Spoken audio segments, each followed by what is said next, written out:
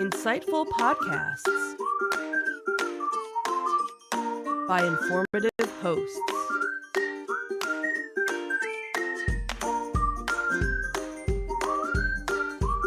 Insights into Things, a podcast network.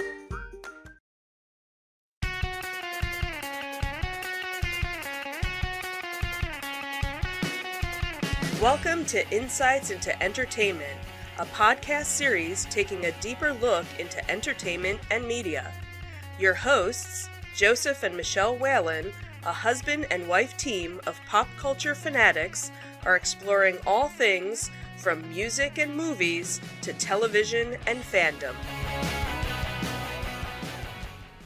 Welcome to Insights into Entertainment. This is episode 140, Blueskin and Brains. I'm your host, Joseph Whalen, and my creative and inspiring co-host, Michelle Whalen. Hi, everyone. How you doing today, sweetheart? Not too bad. How are you? I'm doing all right myself. This is our second shot at this one here. We started it last week. Not last week, the week. Yeah, it was almost 2 weeks ago.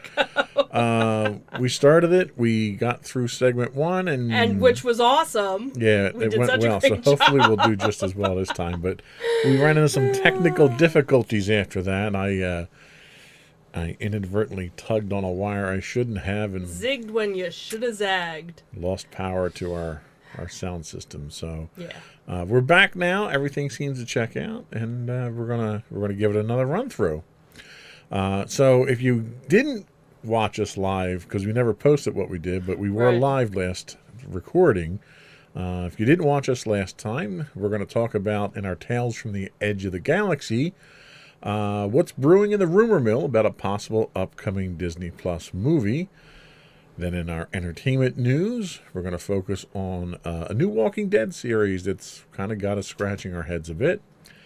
And then we'll be introducing a new convention recap segment we'll have from time to time, where this week we'll talk about our experience at ZoloCon before we finish up with some upcoming conventions and afterthoughts.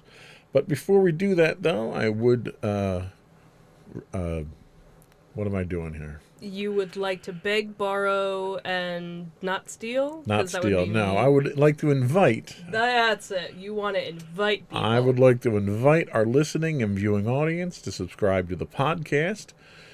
You can find us listed as Insights into Entertainment for our audio only, and Insights into Things for video and audio. We do publish both under that moniker now. And you can find us on Apple Podcasts, Spotify, Google, Stitcher, iHeartRadio, anywhere you can get a podcast these days. I would also invite you to write in, give us your feedback, give us your shows you'd like us to plug during our Afterthoughts segment. You can email us at comments@insightsintothings.com. You can find us on Twitter at twitter.com/insights_things. We're also on Facebook at facebook.com/insightsintothingspodcast, as well as Instagram at instagram.com/insightsintothings, where you can get links to all that and much more on our official website at www.insightsintothings.com. Are we ready? Let's do it. Again.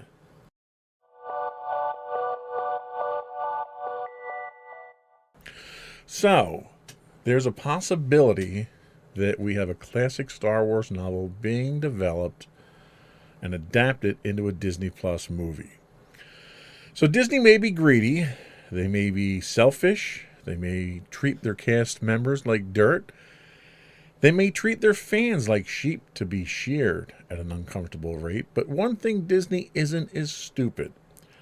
Disney knows a gold mine when they see it. Disney also knows when to fix mistakes they've made, usually, though the jury's still out on the Bob Chapek mistake they haven't fixed yet.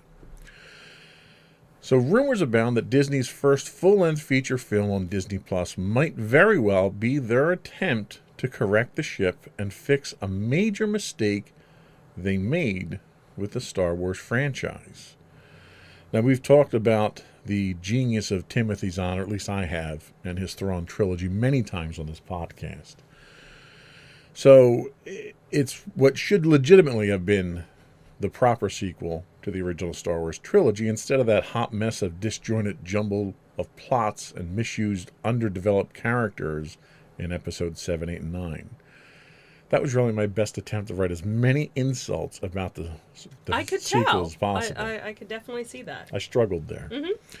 It's also the biggest crime against Star Wars that Disney perpetrated when it relegated the compelling story and dynamic characters to the realm of legends in one fell swoop by declaring all expanded universe content non-canon. Disney realized how much of a cash cow these novels, or at least the characters in them, were, and have been working to correct their mistake. A series of Thrawn books have come out under Disney, though not the same story as that presented in Zahn's original trilogy. Thrawn has also appeared in comics as well as in animated series such as Rebels. When references to Thrawn-based stories were dropped in The Mandalorian, and Thrawn was actually name-dropped in the Ahsoka episode, hope sprang anew that we'd see our favorite Blueskin villain on the silver screen. Now let's not get ahead of ourselves. Disney's already decided to back off the over-milking of the proverbial Star Wars cow in theaters after they saturated the market with their peculiarly disconnected set of unnecessary storylines. Solo, a Star Wars movie, what should have never been made, failed to wow the audiences. And of course, going out of your way to cast someone in the iconic role of Han Solo who had absolutely no resemblance to the original actor didn't help.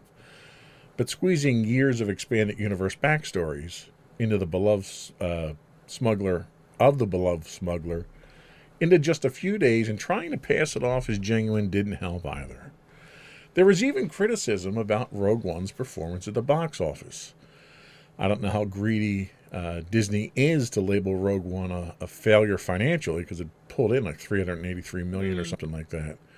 But the movie itself was brilliant and a refreshing return to the Star Wars I knew from my youth. Regardless, and come on, short of an animated series appearance, you've never seen Vader so badass as you did in the hallway scene. Regardless of how successful the fans might or might not think these movies were, Disney decided to focus on the small screen rather than their Disney Plus offerings. While they managed to strike gold with The Mandalorian and the Book of Everyone But Boba, well, the Book of Boba kind of sucked up until it became Mandalorian Season 2.5. We're eagerly awaiting Andor, Ahsoka, and Obi-Wan. And I think the bartender for Freetown's due next for his own spin-off, but I'm not sure. Anyway, all these storylines, all of these storylines soon roll out on Disney Plus, and there's a real danger they might be milking this venue for more than they deserve at this point. Let me stop there just for a second and ask you, what do you think the direction of the Disney movies, the Disney Plus series are with Star Wars is going? Do you think it's too much? I don't know. I think it's filling the gap that it was trying to fill with the movies. And, one of the things we've talked about before is, Star Wars back in the day, you waited years between one movie and another. And it really wasn't until recently that there was something to look forward to year after year. Same thing even with Marvel. With Marvel, you kind of had that first movie, then there wasn't anything, then they kind of brought something else, and then now the fans have gotten to the point where they're impatient, really, is what it comes down to. So you get to the point where you saturate the market so much, now everybody kind of expects it, so then when you kind of back off, I don't know if that's a good thing or a bad thing, because does your fan base just kind of move on and say, well, you didn't give me anything, so I didn't, I went and started watching something else. Right. So maybe that's what they're trying to do by utilizing Disney Plus is, all right, so we're not going to put out a full-length movie, but we're going to give you this little spin-off. And some of them, we know it's only going to be one season, and you figure the one season is longer than any movie we would have put out, so we can kind of give you this little storyline and fill in this little blank, and oh hey, here's another little story that, you know, of a character we kind of touched on once before. Oh, we'll give him a little story. So it would be nice to see, because again, I only know Star Wars from what I've seen in the movies. And I admit I am not the Star Wars fan that knows everything and anything, you know, where you are that uber fan because you've read the novels, you've read the comics, you know pretty much all the characters and all the planets, and know that there's so much more story out there, and there are fans that are like you, but there's also fans like me who you have to make it somewhat appealing to me as well. So I could see them doing these little things to kind of throw, like, hey, you might not know this person's story, but this person once ran into this person who you do know, and maybe bring us along, you know, to join in for the rest of the party. Whereas everybody that's the Uber fan, they're like, yeah, this is what I want to see. Because you've talked about Timothy Zahn for as long as I've known you, or as long as the books have been around. I don't know which came first, you know, me or him. Zahn came before you. Okay, so Zahn. All right, that's fine. So this is something, you know, you're not alone in that. Yeah. That, you know, and again, when Disney acquired Star Wars and went, oh, all this stuff, you thought you were going to get a movie or something about? Nope, sorry. Yeah. Well, and I think the problem that we have when we try to compare Disney to Marvel is, even if you look at the movies. So when you look at the Marvel movies, you know, really the Marvel franchise, Marvel Cinematic Universe started with, they want you to think it started with Hulk, but it didn't. It really started with Iron Man. But every movie that came out with the intent of getting to a larger story. So every movie that came out in the series contributed something to that, even though it kind of got muddied at some point. Mm-hmm. When you look at the Star Wars movies themselves that Disney has put out, they establish, so they basically wipe out everything in Disney history after Return of the Jedi. Mm-hmm. They put a new footnote or a new waypoint in the timeline here at 35 years after Jedi, but they fail to give you the backstory. Right. So then after the trilogy comes out, the sequel trilogy comes out, what movies do you get? You get Rogue One, which goes back to prior to A New Hope, that adds absolutely nothing to that time period from Jedi to Force Awakens. Right. You get Solo, a Star Wars story. Again, a completely standalone movie that added nothing to that environment. Right. Now you're getting series. Now, I don't know if the Marvel series on Disney Plus are really going to work out, because there were some, I don't know, questionable storytelling that happened in the Disney Plus series that we've seen. But, you know, we'll see how that works out in the movies. I'm willing to give them the benefit of the doubt considering the success they've seen already. But with Star Wars, you've got The Mandalorian that's going in that direction, so it's 5 years after Jedi. Okay, so we're starting down that path. Mm-hmm. The Book of Everyone But Boba comes out, same time period. Right.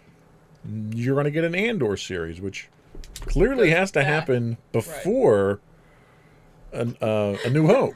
Right. So you're going back there. Then you're going to get an Obi-Wan series that, again, goes back, has to happen before A New Hope. Right. Then you're going to get Ahsoka, which happens after. Which we assume happens after. True. We don't know what time period it actually happens in yet. That's true. So it could be, well, no, because there have been rumors that Christian Haydenson is going to do something as... Hayden Christensen. What did I say? Christian Haydenson. Oh, yes. There's going to... What I expect Ahsoka to be is what the first 3 episodes of Mandalore. It's all going to be flashbacks. Right. So you're going to have a whole bunch of flashbacks to try to tell the end story there. Okay.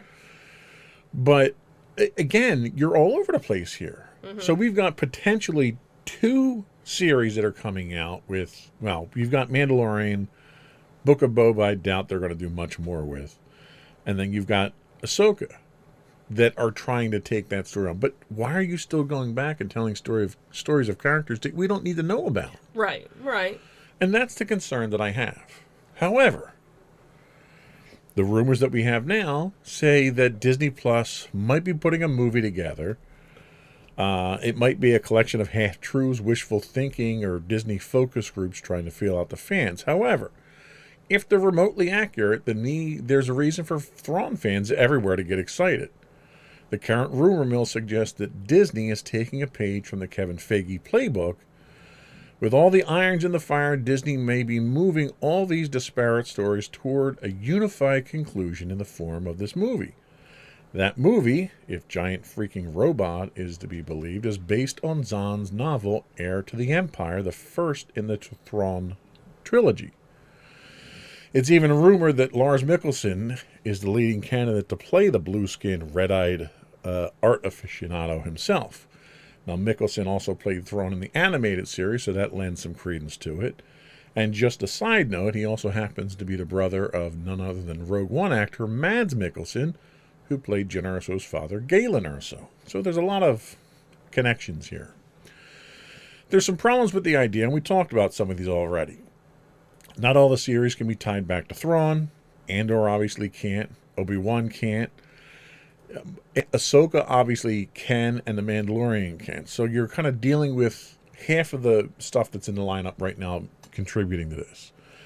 I'm not sure it's enough story to bring together in an Avengers-style, finale in this movie.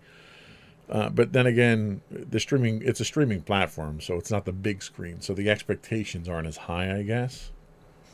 The other thing to note is at the end of Rebels, the fate of Thrawn is technically unknown. They have this confrontation with Ezra and the space whales, and they go off into hyperspace, and you don't know what happens to him. So we can assume from the appearance in Ahsoka that he exists because she mentions him. So that's contemporary to the Mandalorian time frame.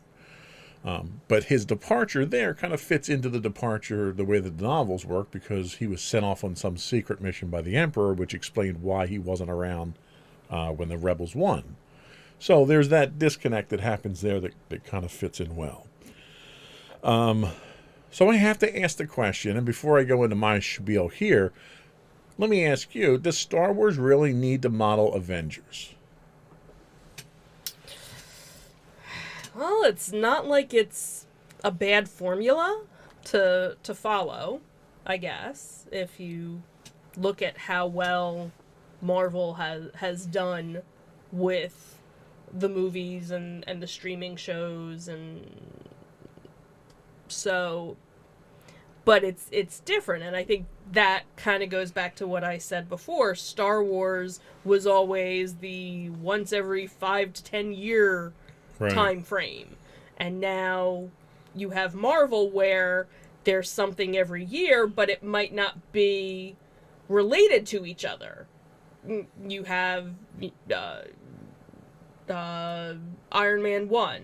Well, between Iron Man 1 and Iron Man 2, what came out, in between. So you kind of have all these pieces that eventually flow together. You can go back and watch the timeline in the correct order. So it almost seems like that's what Star Wars is trying to maybe make up now, but doing it on the streaming because they seem to have more success in the streaming area these days than, because obviously we know the last 3, trilogy movies did well in the box office. They didn't bomb. But it's Star Wars. You can't. Right. You know can't you're not going to be make successful with it. Right. Exactly. You know you're going to make money, but you had a lot of fans that kind of went, "Huh?" Yeah. But then again, if you go back to the original idea, and when you look at what George Lucas has said time and time again, he was making the movies for kids. They weren't movies for adults. So as long as kids liked it, great, but the 40-year-old kid, who saw the first movies at 10, I still want that. Right. And I have a more sophisticated palate now. I've watched those when I was 10. I got hooked. I've now Right. evolved myself into someone who's more discriminating in my taste, want a more sophisticated plot, certainly want better dialogue than what George Lucas can write. I mean, that was atrocious. But I Right. want something that's a little bit more Right, complicated so and you sophisticated. kind of want Star Wars, 3.0, not even 2.0. Right, right. You want, and I think that's what they're trying to do with the streaming stuff, is to kind of give you that more, I'm trying to think of the word, it's not coming to me, the not better quality, but that next step up Well, and from they a kid's take movie, this. I guess. They take this approach with the novels. So they have 3 different levels of novels. So you have the Right, kids true, novels, true. you have the young adult novels, and then you have the big boy novels. Right. So they do that with the novels. Big kid novels. Big kid novels. Girls read books too, Yes, I know. Just saying. Yes, I know. Let's Okay. not turn this into a political debate. So they do it at the novel level. Right. And I could totally see doing that from a television series level. Mm-hmm. Unfortunately, it's difficult to do that at the box office level, at the Right. premiere movie level. Right. The premiere movie level needs to be the... Big kids. It does, but it has to be the big kids that everyone can, like you said, it's not just for the diehards. Right. Everybody, it has to be the It's mainstream. Right. It has to be the middle of the road, Yes. where you get the young adults that want to see it, you get the parents that want to see it, and you get the kids that are excited Right. to go and see it, and that you make enough collectibles from it that the kids want to play, Yep. and the older kids that have the disposable income can buy the really expensive version of whatever toy. That $600 Vader I want. Exactly. So that's where Right. you need it to. But you to can be. do all 3 flavors Absolutely. in TV on Disney Well, Plus. and that's the thing that's, so great with Pixar movies. Not to bring another, brand in, but, Pixar for the longest time, would put out a movie and there would be the jokes that the little kids wouldn't get, Exactly. but we put that in there for mom and dad. It was or the went to Muppet go- effect. Right. The kids watched the Muppets, the parents watched them with the kids, but you had those high level jokes that were meant for the parents to Right. keep the parents entertained. Right, and that's what you need to do with the Star Wars stuff. Put some cute little sidekick in so that the kids are like, oh, that's so cute. And then you have some, storyline up top that isn't going to make the kids feel uncomfortable, but the adults Right. know So what's going on. So to peel all of this back, I'm going to throw some speculation out there Okay. that I think this is leading to, and I think that is, if they decide to go the route of doing Heir to the Empire, I think this is their attempt to reinvigorate and reinvent. This is their J.J. Abrams Star Trek. This is them Okay. relaunching the brand, relaunching the franchise. Because it obviously has to happen 5 years after or so after Return of the Jedi, which is exactly where Heir to the Empire happens. Mm-hmm. But it has to happen with a Luke Skywalker that's in that range, and a Right. Princess Leia and a Han Solo. And I think what you're going to see happen is that if Disney goes this route, you're not going to see any of the original actors reprise their Right. roles. If anything, you might see a Mark Hamill come in a different role as a cameo appearance or something. Right. But Luke Skywalker is going to be played by someone else. He's not going to be a digitally de-aged Mark Right, Hamill. and that's where, as fans, we got goosebumps, when we saw. Right. But that did you get Luke- goosebumps for Luke Skywalker or for Mark Hamill? Both. Okay. For me, it was both. It Okay. was knowing that it was him and, he was there. Knowing that in this last season of Boba Fett / Mandalorian, he wasn't there, Right. but he was there. Didn't have, it was still that chilling effect, but then finding out that he hadn't been part of it. Right. They didn't do was kinda voiceover or anything with him, which was Right. disappointing. Right. But it looked really good. But my question to you is, they're never going to get Well, they can't get Carrie Fisher. They can't get Carrie Fisher, and they're never going to get Harrison Ford to come back to Star Wars. Right, and that's the thing is because they would have to basically do what they did with Luke is go back through hours upon hours of dialogue and pull out bits and pieces and put it together. So do you spend all that time and money doing that? But you can't. One is expensive. Two, you're going to have to match your dialogue to that, which is never going to work. That's what I'm saying is that do you spend all that time and energy because that's, a 5-year process for 3 characters. Right. Just a guess. So my versus question... find actors. So my question is, do you replace the actors for the characters? You have to. Or because Disney spent a king's ransom on Star Wars. They're not going to just let it die on the vine. Right. So they're going to bring in other actors to replace them. And that's the thing is because you can, I'm sure there's somebody that looks close, certainly closer than who they had in Solo. My right. God. But that's the whole thing is you don't need them to be as old as how they were in... Well, and I'm less concerned with age than I am with that's people what I'm that can saying. pull it off. Right. You saw in J.J. Abrams' Star Trek, you couldn't have found a better cast of actors that played all... They didn't come in to play the characters. They came in to do impersonations of the original actors playing the characters, and they pulled it off. Yeah, and that's the thing is because... The only problem you have with that is that's incredibly limiting to the actors that you bring in. Right. I'm asking you to come in to not be a character. I'm asking you to come in to be an actor being a character. Yes and no. And I don't think Star Wars fans are going to accept anything less than that. But I could totally see you, especially with, and it doesn't even have to be a well-known actor to come in and play the part. Heck, you can even get Billy Lord to come in and do... Well, you could certainly do that from a tribute standpoint. Right, but she's also been in a number of, she's been in all of the other Star Wars, the more recent Star Wars movies anyway. So to have her come back and do Princess Leia would, I don't know if it would work, but I'm sure there's somebody else, there that looks like her.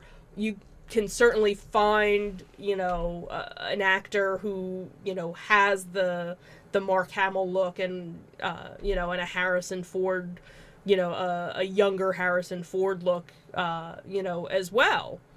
And maybe that's where, Disney starts looking for that group of actors now to kind of, mold them to get them ready. I don't know. So let me throw... here we go. Let me throw this one up, and we'll take a look at this real quick. Okay. For our viewing audience at home. So that's a side-by-side of Alden Ehrenreich and Harrison Ford. I could see him doing more of a Luke Skywalker. He has more of that. Yeah, he looks more like Luke Skywalker than Han Solo. Mm-hmm. But the problem that I think I had was less about his look. I could accept the fact that you're going to have a different actor because you're not going to bring in Harrison Ford. He didn't act like him. Right. He didn't sound like him. He didn't have the same mannerisms of him. Right. He didn't have a similar voice to him. Nothing. There was literally... You couldn't have gone out of your way to find somebody more different than Harrison Ford to play this role. And it made no sense that you would have done that. Mm-hmm. So it was almost like Disney was deliberately trying to pull one over the fans, Mm-hmm. That's kind of what it felt like to me. Mm-hmm. But anyway, that's the only other fear that I have, is that they're going to come in and they're going to screw it up. Is that they're going to try and reinvent the franchise and screw it up. However, I don't know about anybody else, but I'm excited at the prospect of Heir to the Empire becoming mainstream and legit. Until that happens, though, it's worth mentioning that there's a passable effort underway by a private fan to put this story into an animated format on YouTube, if you want to look it up. I watched Chapter 1. That was all that was available at the time. And while it might be hard to get through the animation at times, the voice acting is actually really well done. So look forward to it. Hopefully it's more than just rumors, and hopefully it's not Disney trying to really put another axe in the Star Wars franchise here. So good talk, though. We're going to take a quick break. We're going to come back, and we're going to talk about brains.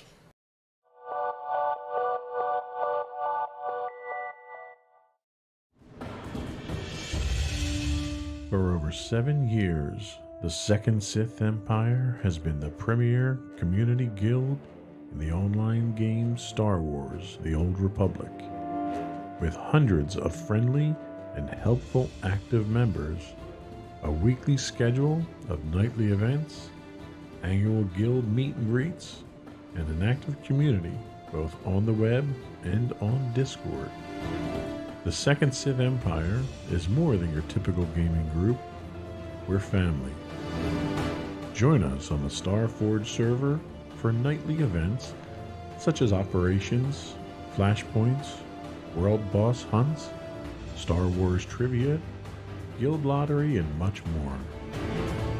Visit us on the web today at www.thesecondsithempire.com.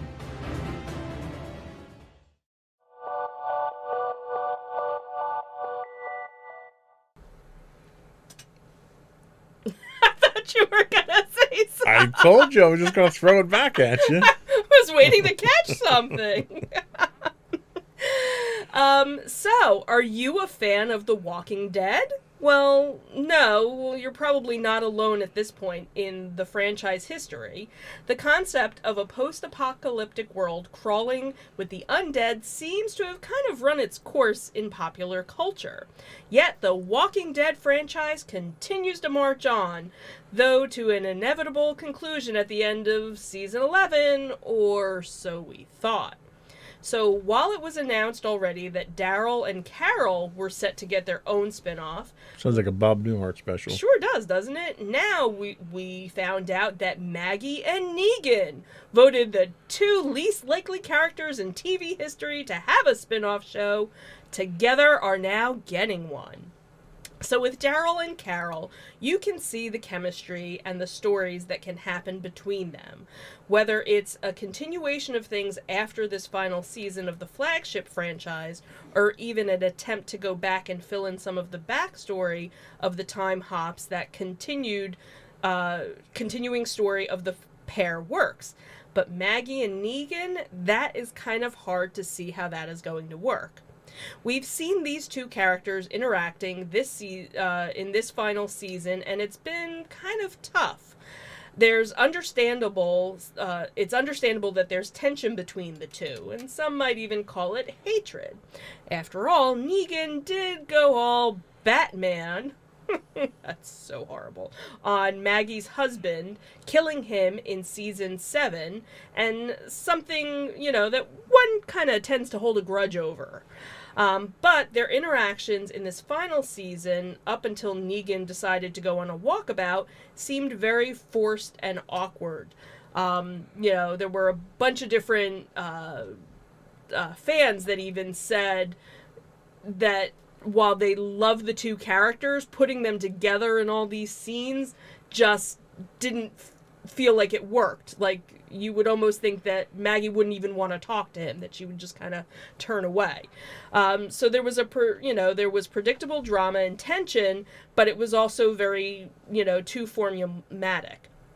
There was little left between them to explain how they could wind up going off on their own adventure. However, it is worth noting that the season isn't over yet, and thankfully Negan is expected to return before the end of the season. So, the premise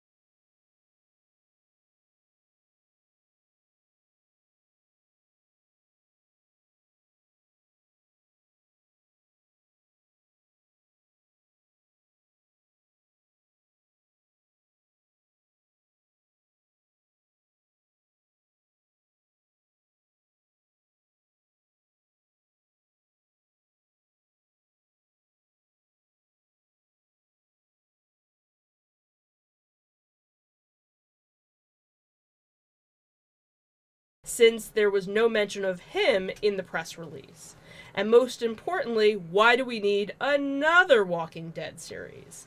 So very little has been revealed as far as the plot is concerned.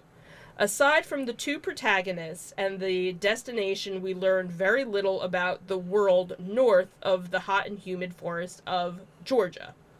There are large organizational elements that arise from both World Beyond and Walking Dead that could contribute to the story, but have not been mentioned thus far in the new series.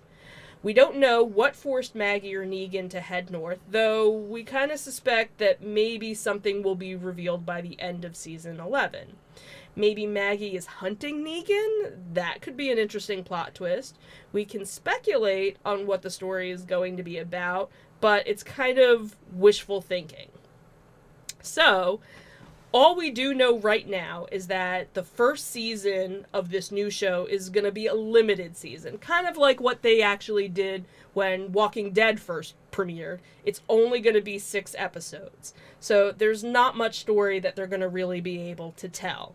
So there is hope that we might see a return to a more frightening type of zombie rather than the mild annoyance they seem to have turned into from a plot standpoint.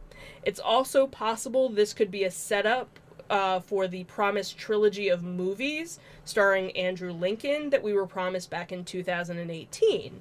What is clear is that it's going to take a serious amount of creative writing to make this pairing and destination seem kind of make sense to the loyal viewers. One thing that is funny that came out after the announcement came out was Jeffrey Dean Morgan actually said that, whoops, hey, spoilers, I'm not going to die at the end of this season because I got a new one coming up. Sorry. So he was even kind of shocked that they had made the announcement before season 11 had even finished. Right, because they're usually very tight-lipped about this. Right, and that's one of the things, too, is that, you know, even with Talking Dead, the talk show that comes on after, they never even give out a spoiler. Even while the episode is going on, they'll, you know, they might say, oh, we have a surprise guest, and that usually means whoever died. Right. But usually you never know. So now it's like, okay, so here's where we're going to kind of find out. If something happens to Maggie and Negan at the end, sure, then we know now this goes back, but it doesn't make sense because then you would think they would have been making references. Well, remember when we were in Manhattan together? Right. And they haven't said anything about this, so we definitely know. So you know it's not a flashback sequence. Right, exactly. We definitely know this show is going to happen, you know, in the future. It's not and there's going really back. no opportunity for them to have flashbacks because when Maggie shows up right, and sees Negan, it's pretty obvious they haven't seen each other since he beat the hell out of right. So Glenn. It's not like, oh, I haven't seen you since we went to that little bistro on Fifth Ave. Cue the Seinfeld music. Right, exactly. So, you know, so supposedly this is slated, the Isle of the Dead is slated to premiere on AMC and AMC Plus in 2023. And just to give you the timeline of everything, so Fear the Walking Dead is actually still going on. They're in their 7th season. Then you had that limited season for 2 seasons of Walking Dead World Beyond. We're also getting this summer a new series, which is an anthology called Tales of the Walking Dead, which comes out this summer. And it's supposed to be new cast, but also some previous members. So again, not sure the timeline of how that comes through. Then obviously we have the Daryl and Carol, which is also supposed to brother be Daryl. Right, which is supposed to be 2023. And then obviously the 3 films, which don't have a date right now either. So it's like kind of like Star Wars. Let's just throw a whole lot of dead at you. Yeah, and they're it's all like, over the place. Right, and is it something where do we need to have this out there? Do we need another season of something, or and is this it also the cash cow? This also comes on the heels of the Origins Right. that they came out with of the 6 characters that they're talking about who are all getting their series. Right, who just happened to all be 4 characters. I right, guess. who just happened to all, and that was kind of funny too because that came out before, like we already knew about Daryl and Carol. Right. We knew that was coming, but again, we haven't really heard. They should name that series Daryl and Carol Look at the Flowers. But that's one where we don't know the timeline because there's so many gaps where... Yeah, there's so many time hops in there that their relationship from one time hop to another has evolved tremendously when you see them interact again. Right. So their series could literally be backfilling some of that stuff. Right. Although when she goes off, Long Island fisherman style and doesn't come back for a while, it's hard to have a series with the two of them. Right. And I'm guessing maybe they kind of go, you know what? Throughout the years, we've always... She kept coming back in the port, blah, blah, blah, yeah. Why don't we go off together? So then that kind of makes you also, because knowing right now, if you're currently watching season 11 of Walking Dead, you know that there's been a time hop. Right. So, and Carol and Daryl are both living in the Commonwealth, working in the Commonwealth right now. So, okay, does something go south in the Commonwealth, or are they still part of it and now they're branching off? Is that where they're going? Right. And obviously we know from the one teaser things don't go well for Maggie in the Commonwealth at Hilltop. So is that where she, is trying to do whatever to get to New York, and she runs into Negan, and that's how their little buddy show goes on? It's... We know we're going to watch it. Right. Well, and we know, they've already announced that Negan shows up again with a new group. Right. By the end of the season. Right. So I'm sure that's going to play into it. What I'm curious to know is you have, right now, they've only established 2 mega groups out there between the Civil Authority and the Commonwealth. And the Civil Authority is obviously out west somewhere. They were featured, they were mentioned in Fear the Walking Dead. They had World Beyond. Obviously, they were heavily featured there. The Commonwealth was the comic-based one. Right. And the comics wind up in the Commonwealth in another time hop later on. I'm curious if either of these mega groups, and it's hard to believe that they wouldn't have influence over New York, because one of the destinations that they were trying to get to in World Beyond was in the state of New York. Right. So there has to be some kind of interplay there. You can't have organizations that large that don't touch other groups and have influence and stuff like that. Right. So I'm curious how they're going to interact, and whether or not they're going to be surfacing in these other shows. Because to be honest with you, the most compelling plots that we've seen recently have been around these large shadowy organizations. Right. I've kind of really grown tired of the interpersonal angst that goes on with the individuals that are in here now. That's the same plot lines over and over again.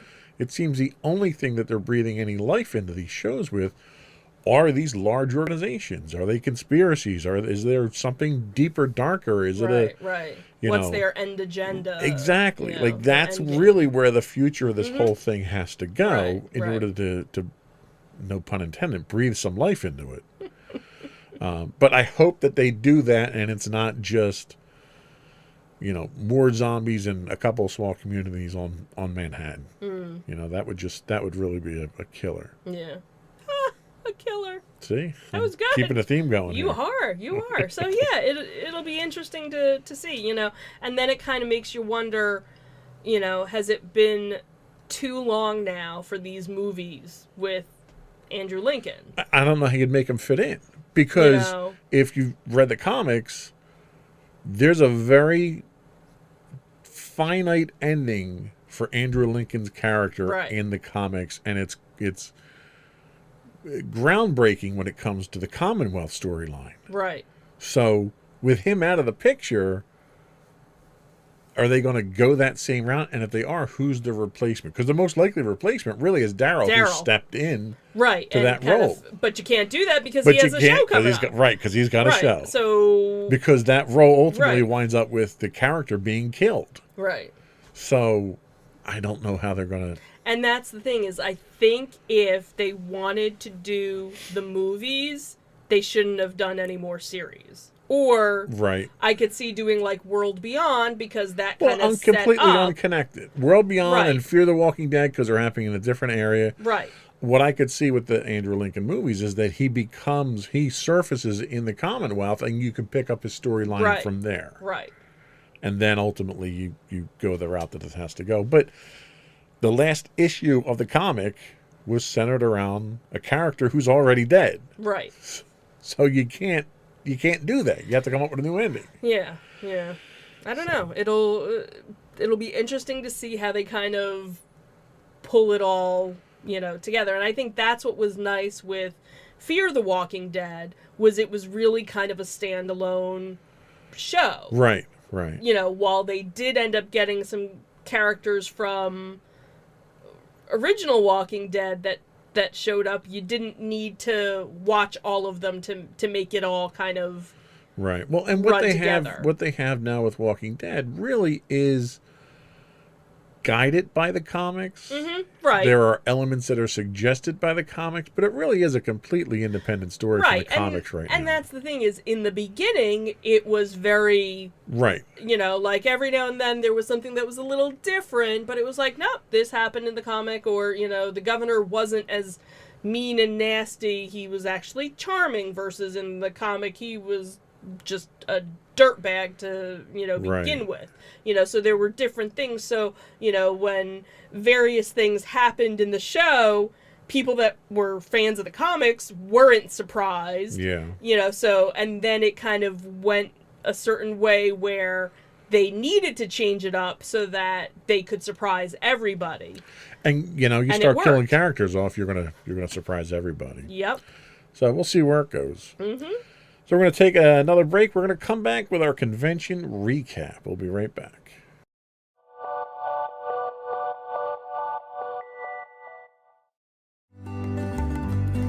Insights into Teens, a podcast series exploring the issues and challenges of today's youth. Talking to real teens about real teen problems.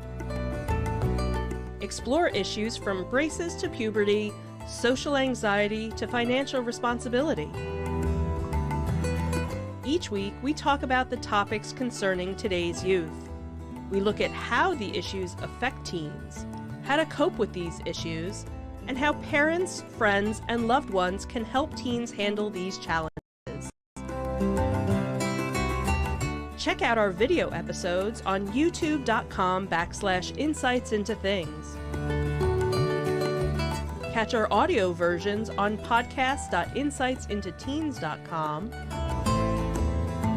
or on the web at insightsintothings.com.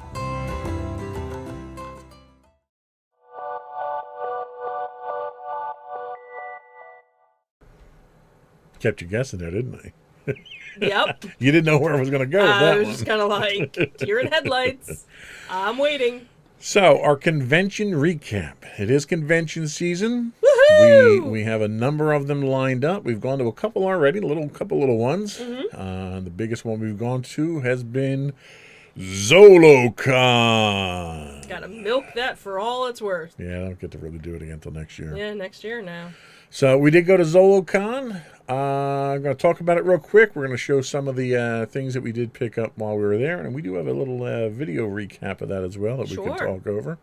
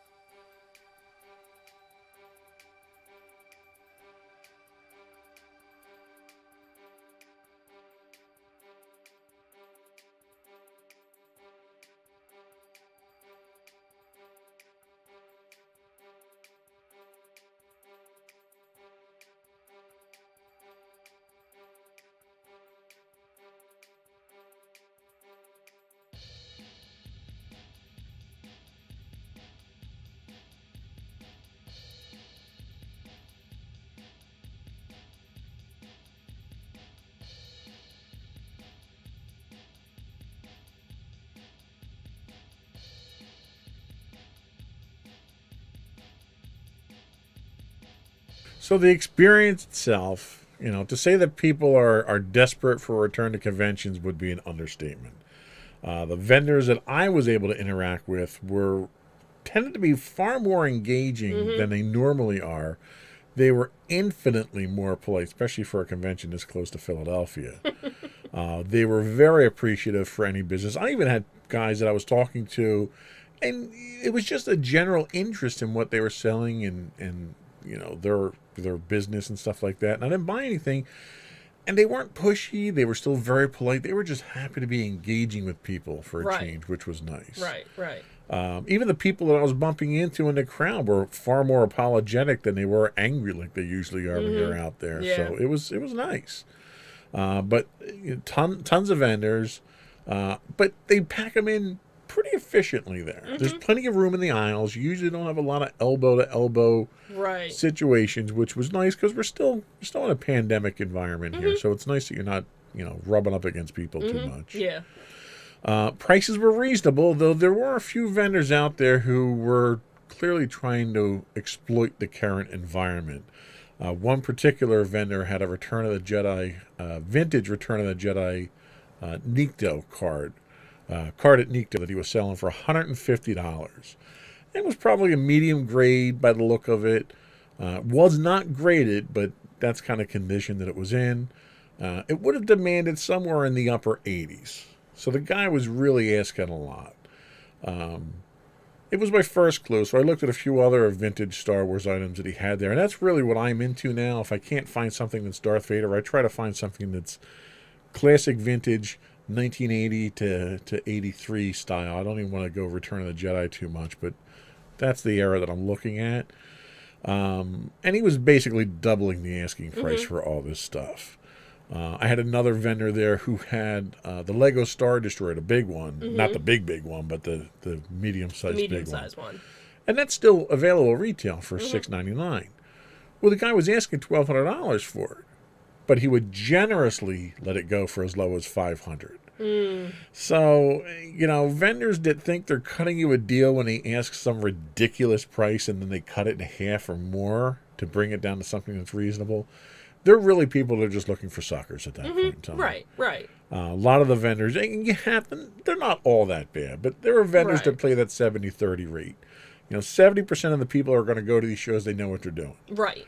30% are just wowed and they're going to shell money out for anything that they think is unique and that they can't find. Right. And that's really what this guy was going for. He was going for that 30%.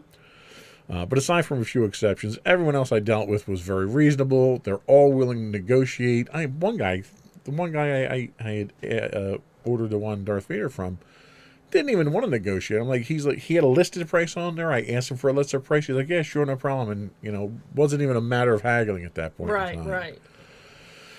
Tell us about your experience. How did you deal with something? Yeah, for the most part, the vendors that I dealt with were, very personable. And what was funny was there was one person, I kind of felt bad that I didn't buy something from her because she was just so nice because we were talking about my jersey that I was wearing. And she was like, oh my God, that's so awesome. And I said, yeah, my husband's wearing one too. And, I ordered them from him. And she was like, oh, do you know the name of the company? So I was like giving away the name of, the vendor of who I bought my jersey from. And, we were talking about Disney and various things with that. So, again, just happy to talk to somebody. And I even went back and she was selling some of the Darth Vader stuff that I was texting you about. I'm like, do you have this? Do you have this? Do you want this? Because I felt, I was like, oh, I really want to buy something from her just because she was so nice. And I ran into a couple of people that, saw my outfit and we started commenting on each other's outfits. And then I think the one person that I talked to ended up seeing you a couple minutes later. She goes, oh, you must be married to that haunted mansion. Yeah, she did. So again, just everybody was friendly. Nobody was really it was nice. It was refreshing to get out finally and have people just and appreciate the one it. vendor who I did end up buying from, I've bought from him over the years. I think one of my first Doctor Who shirts actually came, from him, and we have a bunch of different artwork from him too. So it was nice to see him again. And I said, oh yeah, I happen, he asked, oh, do you follow me on Facebook? And I said, yeah, I think I do, because I saw that you were going to be here. So it was nice to run into him. So let's highlight a couple of the things. Sure. Let's start with yours there. Let me cut over to that camera Sure. shot there. So tell us what we have here. So this is, and I'm guessing it's probably the same people that are there at most of the conventions. Basically, they sell customized Lego figures. They make their own, so they're not, real Legos people. Right. But they always have a great variety of characters from horror movies. They do the Disney ones. They Marvel, DC, horror, Harry Potter, you name it. There's probably, Stan Lee happens to be one. So from another convention we had gone to, I have a little Stan Lee. So I have my little zombie Hawkeye. We have zombie Scarlet Witch. Then we have zombie Doctor Strange, then we have the ghost from Scream, and we have Beetlejuice. So kind of goes with my horror theme that I like. I know we've gotten the Gauntlet. The Infinity Gauntlet. The Infinity Gauntlet. So I have that downstairs on my desk. Yeah, so, and $5 a piece. So, Yeah. you can't beat them, because even you can't get Lego figures for that much. And, Right. So, and they're cute, and they're well made. They fit just like, your regular little Lego pieces. So, What else you got there? so this was one of the vendors.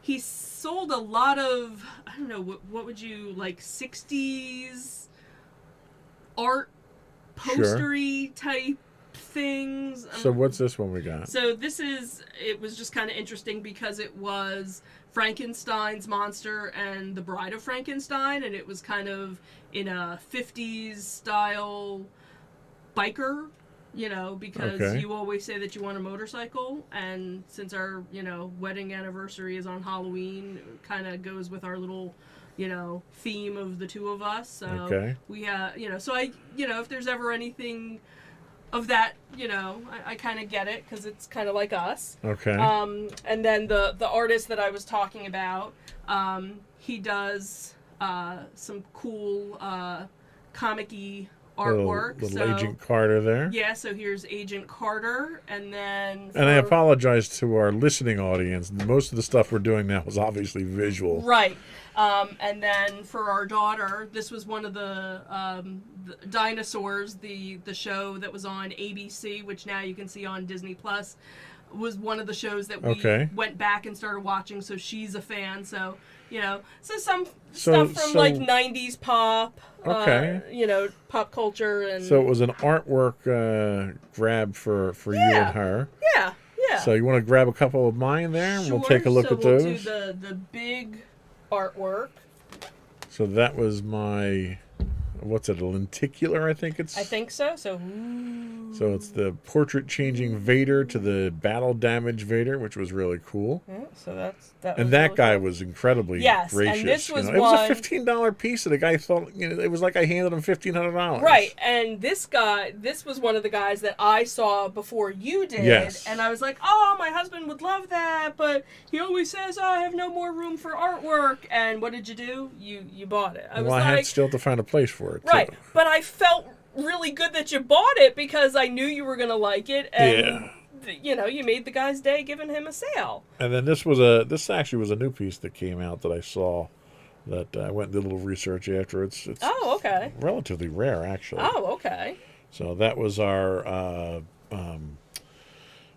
Evil Cave on Dagobah, yeah. Oh, okay. So with Luke, Vader, and Yoda in there. So that was the French version of it. Oh, that's what that one was? Yep. Okay. Yep, it's Luke with an attitude. Luke with an attitude. I like it. And this last one that we had was actually, I have the matching one with Darth Maul already over on the side here. Okay. This was the standalone Darth Vader, the Hasbro Darth Vader from the Action collection from the 90s. Okay.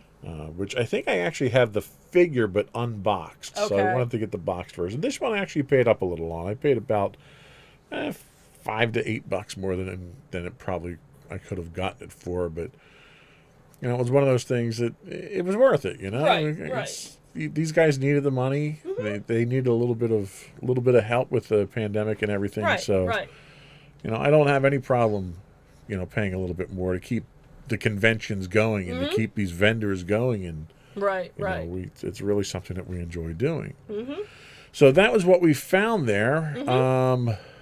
What do we have for upcoming conventions? Tell us about that. So the weekend of April 8th through the 10th at the Philadelphia Convention Center will be Fan Expo. Now, this is the company that took over Wizard World. We have not been to a Fan Expo yet. I have a friend who did Fan Expo. I guess it was out in Denver. Okay. But I don't know if they had ever done Wizard World. So, you know, he had a good time. Hard to compare then. Right, so it was kind of like I wanted his input, but I wasn't really sure, well, if you haven't been to this, how does this compare? You know, but he had a good time. So, you know, we didn't buy tickets in advance. I think we're going. I know we kind of talked about it. I think we have to go at this point. Right, so we have to we'll go. write it off as a business expense for the Right. podcast. So Friday is from 4 to 9, Saturday is 10 to 7, and Sunday is 10 to 5.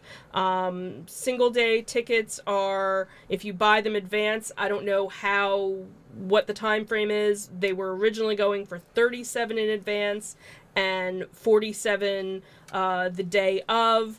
I don't know if they're doing anything where you can buy the tickets, you know, if you have to buy them online. Obviously, a lot of the pandemic stuff has been lifted. Philadelphia doesn't require masks anymore. They don't require vaccination cards anymore. So I'm not sure yet, you know, because everything's kind of changing. So that's probably one of those things. If you're in the area, you're thinking about going, you probably want to go to the website to double check what's going on. Good idea. And then we have some bad news, actually. Yeah, so one that we were actually kind of looking forward to going, again, was a new group of conventions that we had just started going to, which is all part of the Jersey Shore comic book show. That was where we had found out about Nerdfest and went to that a couple of weeks ago. So we had just found out when we were putting together the show that the Mid-State Comic Con, which was supposed to be held in Delaware, has actually now been canceled. So that was supposed to be the same weekend as Fan Expo, but only Saturday. That unfortunately has been canceled. They don't have a date as to rescheduling, so it's just done. So that was kind of, you know, a little upsetting. Again, seeing so many conventions starting to come back. Obviously, it'll be nice to see. I don't think there's been anything posted yet about the Greater Philadelphia Comic Con. That was another favorite of ours. Right. So hopefully, you know, once we see how Fan Expo goes, maybe, you know, some of the other ones will start coming back. We know, you know, a couple of the smaller ones, they're the ones that have been coming back. Right. So. Right. So we'll keep you posted, and I'm sure we'll have a couple more for the next show to go over. But I think that was it for today. Before we do go, though, I want to once again invite our listening and viewing audience to subscribe to the podcast. You can subscribe to the audio version listed as Insights into Entertainment. Both video and audio is available, listed as Insights into Things. We're available on Pandora, Castro, Stitcher, Podbean, pretty much any place you can get a podcast these days. I would also invite you to write in, give us your feedback. You can email us at comments@insightsintothings.com. You can find us on Twitter at insights_things. We do stream 5 days a week on Twitch at twitch.tv/insightsintothings. You can find us on Facebook at Insights Into Things Podcast. You can also find high-res versions of our videos on YouTube at youtube.com/insightsintothings. You can find us on Instagram under Insights Into Things. Or you can find everything and much more on our official website at www.insightsintothings.com. And that's it. Another one in the books. Have a good week, everyone. Bye. Bye.